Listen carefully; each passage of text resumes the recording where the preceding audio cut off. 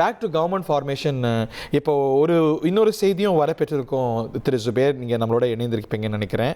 டெல்லி வட்டாரத்துலேருந்து என்ன சொல்கிறாங்க, கிரீஷ் ஷோடங்கர் வந்து டெல்லிக்கு போய் இங்கே ரிப்போர்ட்டை சப்மிட் பண்ண போகிறாரு. சோர்சஸில் என்ன சொல்கிறாங்கன்னா, காங்கிரஸில் இருக்கிற 5 எம்எல்ஏக்களும் தாவேகாவோடு சேர்வது தான் சரி அப்படின்னு எண்ணத்தை வெளிப்படுத்தியிருக்கிறதாகவும், இந்த எண்ணத்தை தேசிய தலைமை கிட்ட இந்திய தேசிய காங்கிரஸ் உடைய தமிழக பொறுப்பாளரான கிரீஷ் ஷோடங்கர் தெரிவிப்பார், அங்கே முடிவெடுக்க போடும் அப்படின்னு சொல்றாங்க. ஸோ காங்கிரஸ் தாவேகாவோடு செல்றதுக்கு தான் அதிக வாய்ப்பு இருக்குன்னு நீங்களும் கருதுறீங்களா, இல்லை அவங்க இன்னமும் திமுக நம்மோட உறவாச்சு, அவங்களுக்கு பாராளுமன்ற உறுப்பினர் இருக்காங்களே அப்படின்னு தயக்கப்படுவாங்கன்னு நினைக்கிறீங்களா? தேர்தலுக்கு முன்னாடியே திமுக காங்கிரஸ் உறவில் ஒரு சின்ன விரிசல் இருந்துட்டே தான் இருந்துச்சு. அது பார்த்தோம். ராகுல் காந்தி தமிழகம் வந்ததை கூட நேரடியாக அவங்க சேர்ந்து பிரச்சாரம் பண்ணல. அப்படிங்கும் போது அவங்களுடைய சாய்ஸ் வந்து தாவேகாவை நோக்கி தான் போயிட்டு இருந்துச்சு. கிரீஷ் ஷோடங்கரா இருக்கட்டும், அப்புறம் பிரவீன் சக்கரவர்த்தியா இருக்கட்டும், தொடர்ந்து பேசிக்கிட்டே தான் இருக்காங்க. இப்ப அவங்க தாவேகாவை நோக்கி போறதுக்கு தான் வாய்ப்புகள் அதிகம் இருக்கு. காங்கிரஸ், அப்புறம் மற்ற கம்யூனிஸ்டுகள், விசிகா, முஸ்லீம் லீக், இந்த அமைப்புகள், இந்த கட்சிகள் எல்லாமே சேர்ந்து விஜய்க்கு ஆதரவு கொடுப்பாங்க. எனக்கு தெரிஞ்சு அவங்க ஆட்சி அதிகாரத்தில் பங்கு வந்து ஆதரவு கொடுக்குறாங்களா, இல்ல வெளியில இருந்து ஆதரவு கொடுக்க போறாங்களாங்கிறது தெரியல. ஆனா அதுதான் ஆதரவு பெறுவது அப்படிங்கிறது ஒரு ரிஸ்கி ப்ரொபோசிஷன். இதை வந்து நம்ம கலைஞரோட ஒப்பிடுவோம். ஏன்னா கலைஞருக்கு வேற சேஃப்டி நெட் இருந்தது.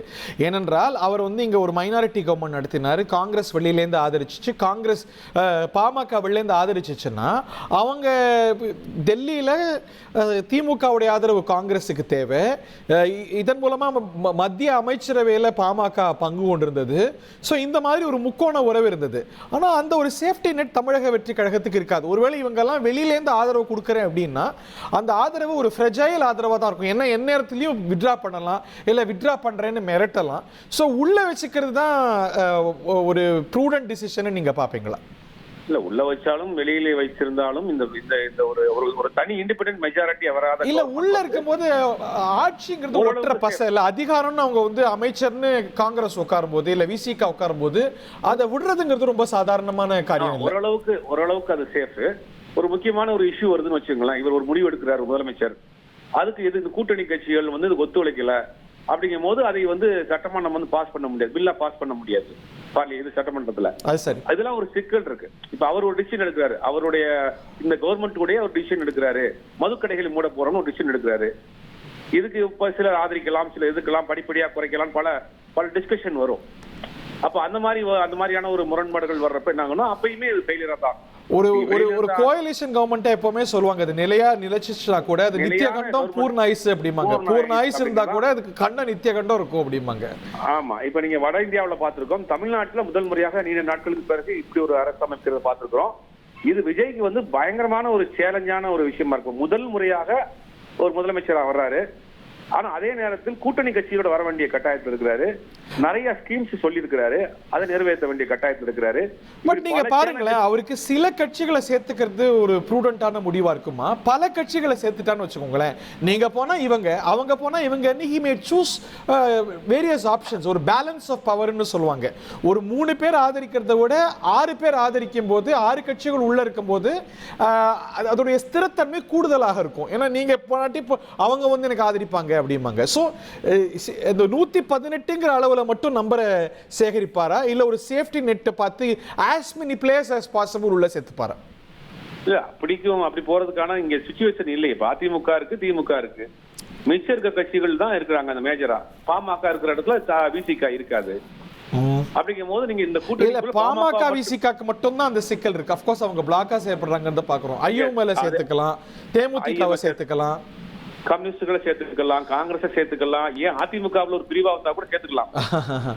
சார் அது ஒரு பாசிபிலிட்டியா சார்? அதிமுக அப்படி யோசிக்க கூடுமா? எனக்கு திரு எடப்பாடி பழனிசாமிக்கு முன்னாடி ஒரு வாய்ப்பு இருக்கு, நான் நிபந்தனையற்ற ஆதரவை தாவேகாவுக்கு கொடுக்குறேன், மக்கள் ஆதரவை நான் மதிச்சு அப்படின்னு அவர் அப்படி எல்லாம் யோசிக்க கூடும் நினைக்கிறீங்களா? அதுக்கு வாய்ப்பு இருக்குன்னு நினைக்கிறீங்களா? வாய்ப்பு இருக்கு. அவரும் அதிமுகவும் தாவேகாவும் ஏற்கனவே பேச்சுவார்த்தை நடத்திய கட்சி தானே. ஆரம்பத்துல ஒரு ஸ்மூத்தான ஒரு ஃப்ரெண்ட்லியான ஒரு ஃபைட்டா தானே அவங்க ஃபைட் பண்ணிட்டு இருந்தாங்க. அரசியல் தேர்தல் காலத்திலே ஃப்ரெண்ட்லியா தானே பண்ணிட்டு இருந்தாங்க. கடைசி நாள் தானே விஜய் அட்டாக் பண்ணாரு. அப்படிங்க அதுக்கும் வாய்ப்பு இருக்கு. அரசியலில் எந்த நேரத்தில் எது வேணாலும் நடக்கலாம். அது வந்து நிரந்தர. இப்போ அதிமுக தாவேகா போஸ்ட்போல் அலையன்ஸ் நீங்க ரூல் அவுட் பண்ண மாட்டீங்க? ஆமா ஆமா ஆமா ஆமா அப்ப பண்ணல. இப்ப அதுக்கான வாய்ப்புகள் கூட இருக்கலாம். குறைவு, ஆனா அதை மறுக்கிறதுக்கு இல்லைங்கிறீங்களா, இல்ல அதிகமா இருக்குன்னு பாக்குறீங்களா? இல்ல குறைவுதான். பட் ஏன்னா இவங்க ஒரு பார்ட்டியா இருக்கிறாங்க, நீண்ட நாள் ஒரு அரசியல் கட்சியா இருக்கிறப்ப இன்னொரு கட்சி வளர்ந்து வர்றது ஆட்டோமேட்டிக்கா விரும்ப மாட்டாங்க. வளர்ந்து வந்துட்டாங்களே, வளர்றாங்கன்னா பரவாயில்ல, வளர்ந்து வந்துட்டாங்க, இவங்களை தாண்டி போயிட்டாங்க. அங்க போய் ஆதரவு கொடுக்குற பட்சத்துல இன்னொரு விஷயம் என்ன நடக்கும்னா வெற்றியான மாதிரி ஆயிரும். ஏற்கனவே விஜய் வந்து இன்னொன்னு அதிமுக இயல்பா எக்ஸோடஸ் நடந்துரும், நிறைய பேர் அங்க தொடர்புல போயிடுவாங்க. ஏற்கனவே செங்கோட்டையன் இருக்கிறாரு, ஏகப்பட்ட ராராக்கள் இருக்கிறாங்க, அது ஒரு சிக்கல் இருக்கு.